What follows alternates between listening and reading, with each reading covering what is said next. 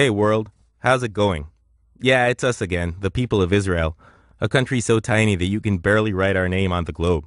You have to write a part of it on the water or a neighboring country. The only country the Jewish people have, where they are free to speak their language with no hesitation, to live their lives and prevent another Holocaust like the one they endured a bit more than 60 years ago. Remember that? Just making sure because your memory tends to be short. The country that from the moment it was established, a bit over 60 years ago, has contributed and dedicated its human capital, its technological capabilities, and its innovational spirit for the sake of the global population. So we have one small request from you. No, don't worry, dear world. We know you're busy with issues like global warming, the energy crisis, and the bad economy. We truly understand, and we won't take much of your time. And how to say this lightly, we don't demand much from you anyways, only to hear us out this time. In the next couple of days, the IDF will hopefully take on a powerful and painful military operation in a territory used by terrorists, don't forget that you call them that too, that are causing this atrocious act of aggression against innocent civilians. An operation that will hopefully restore the peace and the safety of millions of Israelis and put an end to the hundreds of rockets fired towards them. Many people will leave their workplace, families will cancel their summer vacations and halt their normal lives.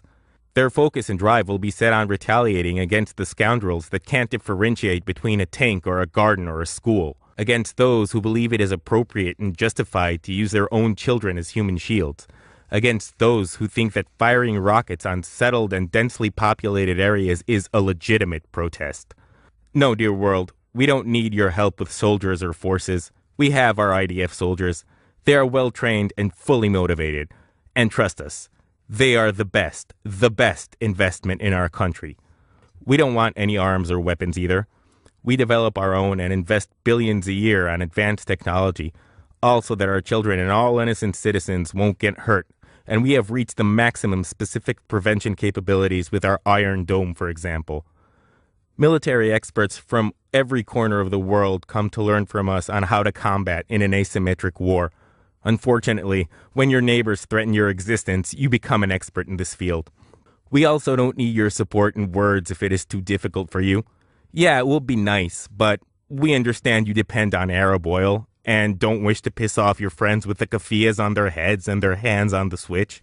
We all know how that brings up the gas prices. So we will ask you for one thing. Don't disturb and don't get in our way, because you obviously know that no country would allow their densely populated areas to be under vicious rocket attacks day and night. No country would allow innocent children to live in shelters or have 15 seconds to run for their lives. So why should we, a country approximately the size of New Jersey, allow this? No country would show this much restraint while their citizens of all ages become the target of a radical extremist religious terror organization that also won't acknowledge their right to exist. We have kept quiet and put up for this for too long, but the silence is deafening, as you should probably know, dear world, for you have kept your silence about the tragic mass murders in Syria, the violations of human rights in China, the suppressing of the minorities and the LGBT communities in Russia, and so on. But for some reason, when it comes to this specific tiny country that resides in parts between the murderous, restraintless terror and the advanced civilized West, suddenly you have a lot to say. Absolutely loads to say. So just let us be. We don't need lessons in ethics and definitely don't need advice on how to protect our country. We don't need you to preach to us about restraints and compassion or how to negotiate with terrorists. So if you aren't willing to be helpful, like the many other times that you just sat aside and allowed them to massacre Jews just for being Jewish, at least don't stand in our way and let us do the job ourselves. Thank you, sincerely, the people of Israel.